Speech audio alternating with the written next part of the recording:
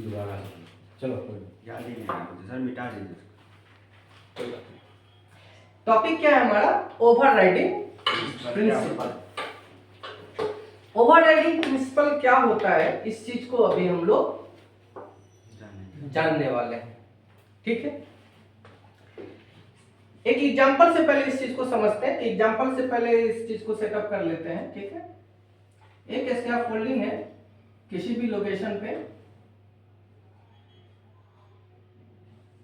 आप पिकअप करने गए हो, डिस्पैच करने गए हो, कोई भी एक रीजन हो सकता है। क्या ये एक स्कैफोल्डिंग कहीं पे है, बना हुआ है।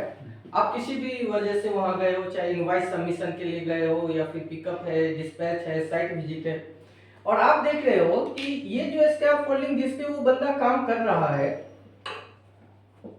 इस पे टो बोर्ड मिसिंग है, डायगोनल्स इन पे लगे हुए हैं, कास्टर का लॉक अनलॉक है।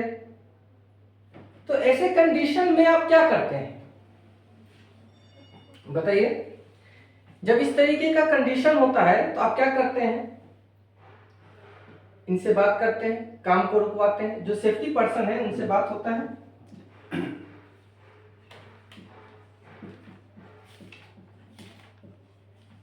जो सेफ्टी पर्सन होता है उससे आप बात करते हैं और काम को रुकवाते हैं।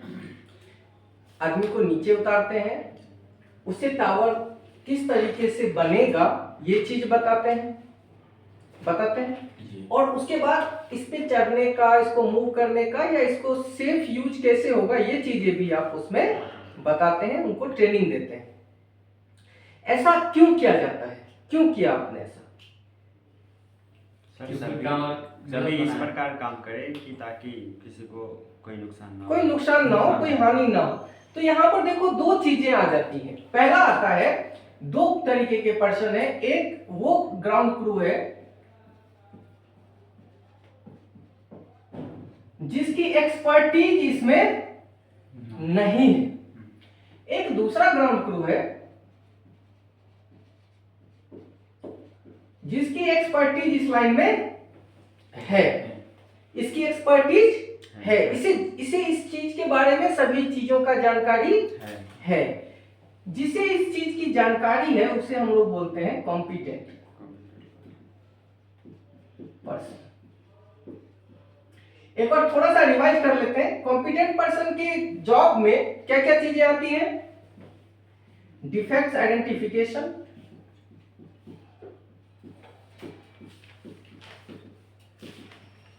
डिफेक्ट्स आइडेंटिफिकेशन का मतलब है कि जो भी कंपोनेंट्स हैं, जो भी आपके इक्विपमेंट्स हैं, आपका जो टावर है उसमें लगा हुआ जो कंपोनेंट्स है, उसमें किसी भी तरीके का जो खराबी आ सकता है या है, उसको ये आसानी से आइडेंटिफाई कर सकता है, आसानी से पहचान सकता है इन द सेंस। ठीक है, दूसरा चीज क्या है?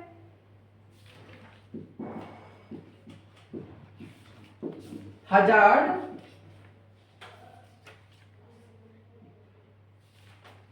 आइडेंटिफिकेशन।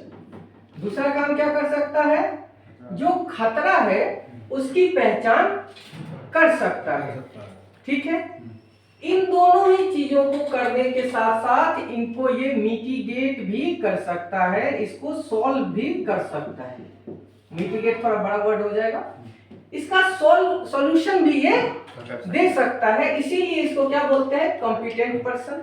क्या बोलते हैं? Competent person. अब कॉम्पिटेंट पर्सन से ही आगे आप लोग इस चीज को समझिए कि आप स्कैफोल्डिंग के कॉम्पिटेंट पर्सन हैं।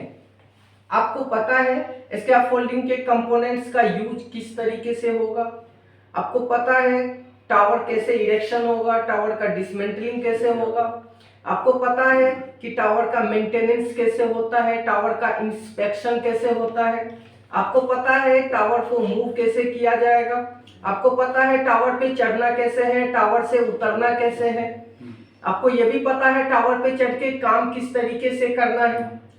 ये सभी चीजों की जानकारी आपके पास है, इसीलिए आप इस फील्ड के क्या हो जाते हैं? एक्सपर्ट हो जाते हैं। क्या हो जाते हैं? एक्सपर्ट हो जाते हैं। लेकिन जब आप साइट को विजिट करते हैं तो वहां पर हो सकता है कोई इलेक्ट्रिशियन है, कोई वेल्डर है, कोई गैस कटर है, ग्राइंडर है, हेल्पर है, फीटर है, रीगर है, जो उसी सेम टावर को यूज कर रहा है। क्या कर रहा है? यूज कर रहा है। उसी सेम टावर को वो पर्सन यूज कर रहा है, लेकिन उस टावर का एक्सपर्टीज उसके पास नहीं है, उस स्कैफोल्ड का एक्सपर्टीज उसके पास नहीं है। वो किसके पास है? आपके पास है स्कैफोल्ड का एक्सपर्टीज। उनके पास क्या है? उनके काम का एक्सपर्टीज। कोई वेल्डर है, बहुत अच्छा वेल्डर है, कोई गैस कटर है, बहुत ही अच्छा गैस कटर है, लेकिन उसे नहीं पता कि टावर पे चढ़ना कैसे है, टावर पर चढ़ना कैसे है। अगर ये चीज उसे नहीं पता है तो हो सकता है कि चढ़ते समय वो नीचे स्लिप होकर गिर जाए, उसको चोट लग जाए, हो सकता है। दूसरा चीज, उसे नहीं पता टावर को मूव कैसे किया जाएगा।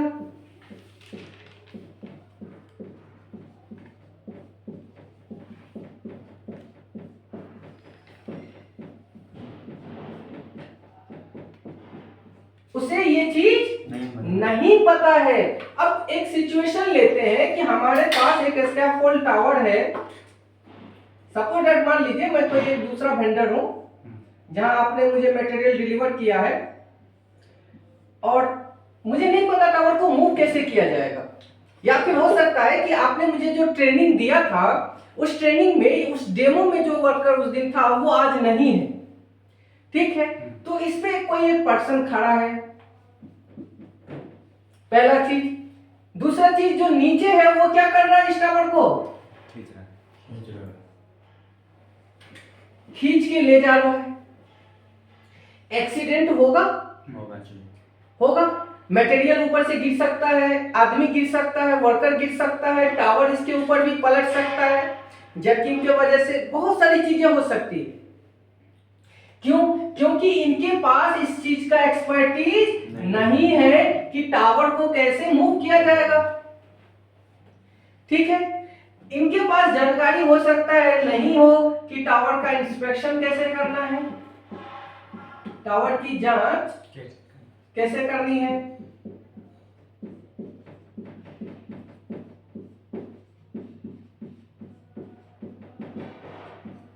इन्हें नहीं पता ये चीज कि ये चेक करे कि कास्टर का व्हील ओपन होना चाहिए कि क्लोज होना चाहिए। इन्हें नहीं पता कि जो डायगोनल है उसका पोजीशन क्या होना चाहिए। इन्हें नहीं पता कि हॉरिजॉन्टल का पोजीशन क्या होना चाहिए। हो सकता है कि टो बोर्ड, अगर फोल्डेबल टो बोर्ड है तो जो हम लोग सेट करते हैं वो स्लॉटेड साइड डाउन की तरफ रखते हैं। हो सकता है कि स्लॉटेड साइड ऊपर की तरफ रख करके सेट कर लें। तो इन्हें हो सकता है कि टावर की जांच प्रक्रिया भी पता ना हो। और क्या हो सकता है? हो सकता है कि टावर पे काम करने का तरीका इन्हें नहीं पता हो।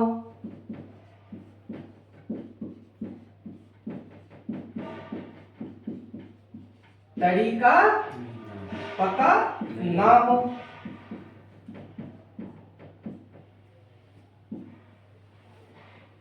आप जानते हैं कि जब टावर पे काम किया जाएगा तो गार्डरेल होना चाहिए। विदाउट गार्डरेल तो टावर के ऊपर खड़ा भी नहीं हो सकते। हो सकता है इन्हें उसकी जानकारी ना हो, और ऐसे सिचुएशन में ये क्या कर सकते हैं कि इनका जो प्लेटफॉर्म बोर्ड है वो सबसे टॉप रेल पे रखा हुआ है और वहां पे खड़ा होकर के ये काम कर रहे हैं, क्योंकि इन्हें इसकी जानकारी नहीं है। तो ये सब चीजें जो आप देख रहे हैं, एक तरफ एक वर्कर के पास जानकारी नहीं है और दूसरी तरफ किसी एक पर्सन है जिसके पास इन सब चीजों की एक्सपर्टीज है। ठीक है, यहीं पे आता है ओवरराइडिंग प्रिंसिपल। यहाँ पर क्या आता है?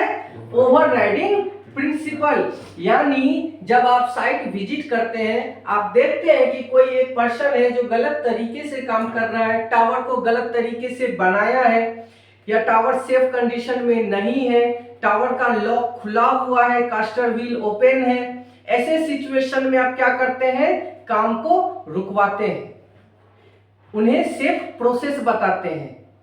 ओवरऑल इसका क्या मीनिंग निकल के आएगा कि किसी का भी जीवन को क्या किया जाए? बचाया जाए, सुरक्षित रखा जाए। हर वो काम करना सही होगा जिससे किसी के जीवन को सुरक्षित किया जा सकता है। गलत तरीके से जहां काम हो रहा है वहां पर उस काम को रुकवा करके उसको सही तरीका बताना, सही प्रोसेस बताना कि भाई साहब देखो इस तरीके से नहीं, इस तरीके से काम होगा। आप जो काम कर रहे हो भले आप अपने काम में एक्सपर्ट हो, लेकिन इस टावर के मामले में मैं एक्सपर्ट हूं, इसीलिए आपका जो प्रोसेस है उसे ओवरराइड किया जा रहा है, आपको सही तरीका बताया जा रहा है।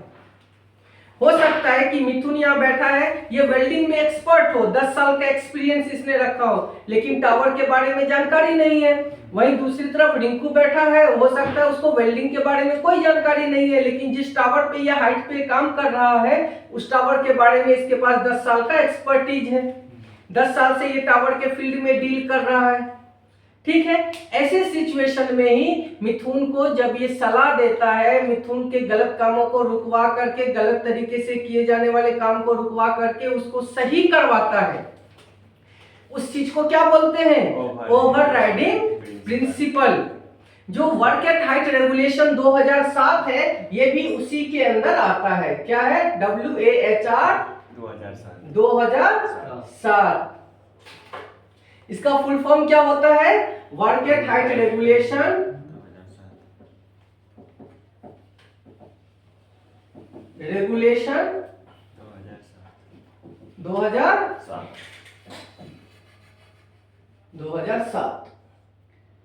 ओवरराइडिंग प्रिंसिपल भी इसी के अंदर आता है। ऐसा नहीं है कि मैकेनिकल के जॉब में ओवरराइडिंग नहीं होगा, वहां भी ओवरराइडिंग होगा।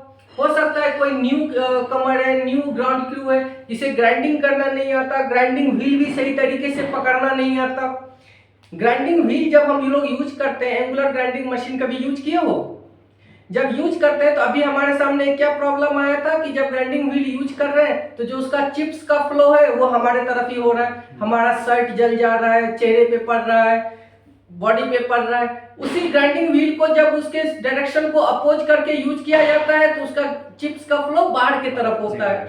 तो ये चिप्स का फ्लो बाहर की तरफ कैसे होगा, ये कोई एक्सपर्ट ही उसमें बता पाएगा। न्यू कमर को ये चीज कैसे पता चलेगा? तो वहां भी उस चीज को ओवरराइड किया जा सकता है। हर एक जॉब में ओवरराइडिंग होता है।